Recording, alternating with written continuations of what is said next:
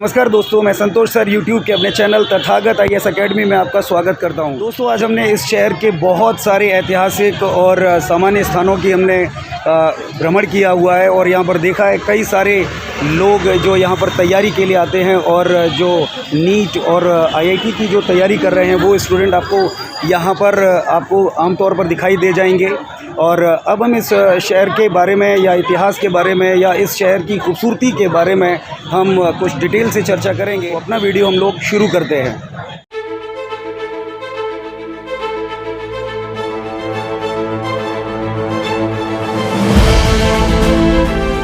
दोस्तों, यह शहर कई राष्ट्रीय स्तर की प्रतियोगी परीक्षाओं की तैयारी कराने के लिए जाना जाता है, जिनमें IIT JEE के साथ साथ नीट की तैयारी कराने के लिए यह पूरे भारत में प्रसिद्ध है।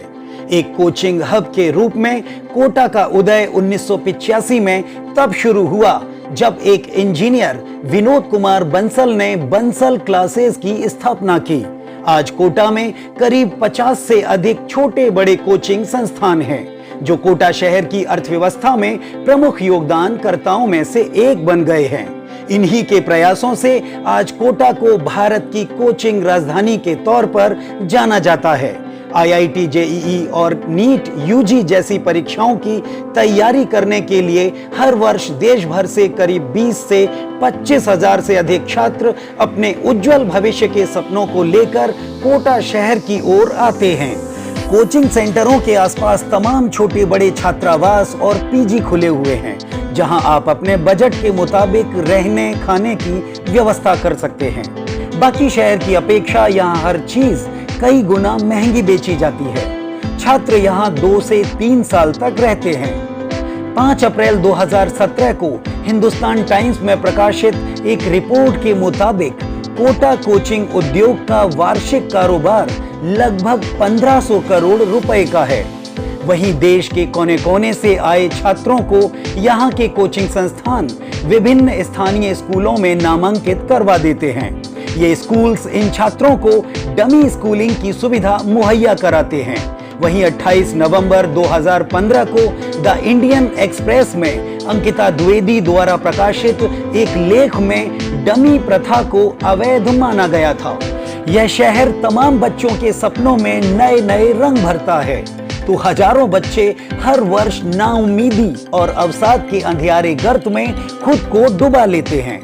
ऐसे ही ताने बाने को लेकर 2019 में द वायर फीवर ने कोटा फैक्ट्री नाम से एक वेब सीरीज शुरू की थी।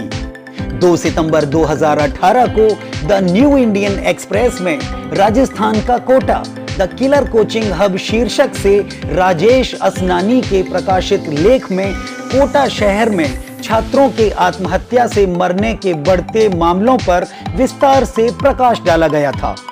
वहीं विभिन्न रिपोर्टों के अनुसार छात्र मानसिक दबाव और तनाव महसूस करते हैं और अपने लक्षित प्रतियोगी परीक्षा को क्रैक करने के लिए अवसाद से घिर जाते हैं। राष्ट्रीय अपराध रिकॉर्ड ब्यूरो द्वारा 2014 में जारी रिपोर्ट के मुताबिक शहर में छात्रों के आत्महत्या के 45 मामले दर्ज किए गए थे, जबकि साल 2015 में ऐसे 17 मामले दर्ज किए गए थे। ऐसे में व्यापार में संलिप्त कोचिंगों को परिस्थितियों को सामान्य बनाने के लिए काउंसलरों को नियुक्त करना चाहिए, जो छात्रों को भय, अवसाद व असफलता की स्थिति में सकारात्मक सोच विकसित करने के लिए तैयार कर सकें। हालांकि कई बड़े संस्थानों ने इस दिशा में कार्य शुरू कर दिया है। अब वे छात्रों की मदद के लिए मनोरंजक गतिविधियों का आयोजन भी कर रहे हैं। यदि आप कोटा आने का मन बना रहे हैं तो इस खूबसूरत शहर के बारे में थोड़ी बहुत जानकारी आपके लिए बेहद जरूरी है। शैक्षणिक स्तर से इतर कोटा उत्तर भारत के औद्योगिक केंद्रों में से एक है। यहाँ रासायनिक, सीमेंट, इंजीनियरिंग और बिजली संयंत्र स्थित हैं। कोटा अपने 50 किलोमीटर के दायरे में 5 बिजली स्टेशनों से घिरा हुआ है। वहीं Kota super thermal power plant शहर के मध्य में चंबल नदी पर स्थित है। वहीं कोटा स्टोन के उद्योग में एक बड़ा वर्ग जुड़ा हुआ है। जबकि दूसरा बड़ा वर्ग साड़ियों और कपड़ों पर कढ़ाई करने के काम में संलिप्त है, जिसे गोटा पट्टी कढ़ाई या कोटा डोरिया के नाम से जाना जाता है। इस बुनाई की शुरुआत महाराणा भीमदेव ने 18वीं शताब्दी में की थी। यहाँ के स्थानीय निवासी राजस्थान की एक बोली हाड़ौती को बड़े पैमाने पर बोलते हैं। साथ ही हिंदी, मारवाड़ी और अंग्रेजी जैसी भाषाओं का भी प्रयोग करते हैं। कोटा शहर मालवा पठार का हिस्सा है, जो उत्तर दिशा की ओर ढलान बनाते हुए मुकुंदरा पहाड़ियों से घिरा हुआ है।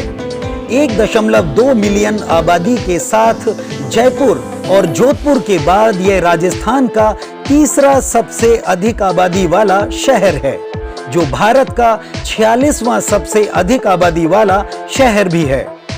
कोटा शहर की स्थापना कोटिया भील ने की थी।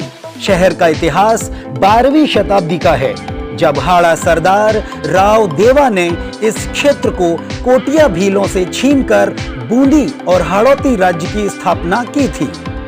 बाद में 17वीं शताब्दी में मुगल बादशाह जहांगीर के काल में शासक राव रतन सिंह ने कोटा की छोटी सी रियासत बादशाह जहांगीर के कहने पर 1631 ईस्वी में अपने छोटे बेटे माधव सिंह को दे दी थी। महाराव भीम सिंह यहाँ के महानतम शासकों में से पहले शासक थे। शहर की महिमा को दर्शाने वाले कई स्मारकों के अलावा कोटा अपने महलों और बागीचों के लिए भी जाना जाता है। यहाँ किशोर सागर झील के किनारे विश्व के 7 आश्चर्यों के नमूनों को दर्शाया गया है, जो पर्यटकों को खासा आकर्षित करते हैं।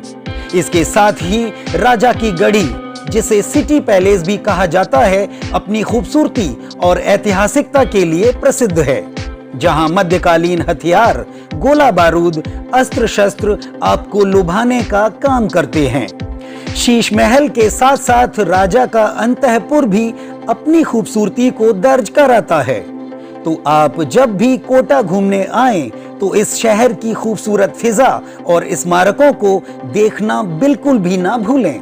ऐसी ही रोचक जानकारियों के लिए आप हमसे जुड़े रहें और हमारे चैनल को सब्सक्राइब कर लें। तो आज की वीडियो में सिर्फ इतना ही। मिलते हैं फिर किसी नए टॉपिक के साथ।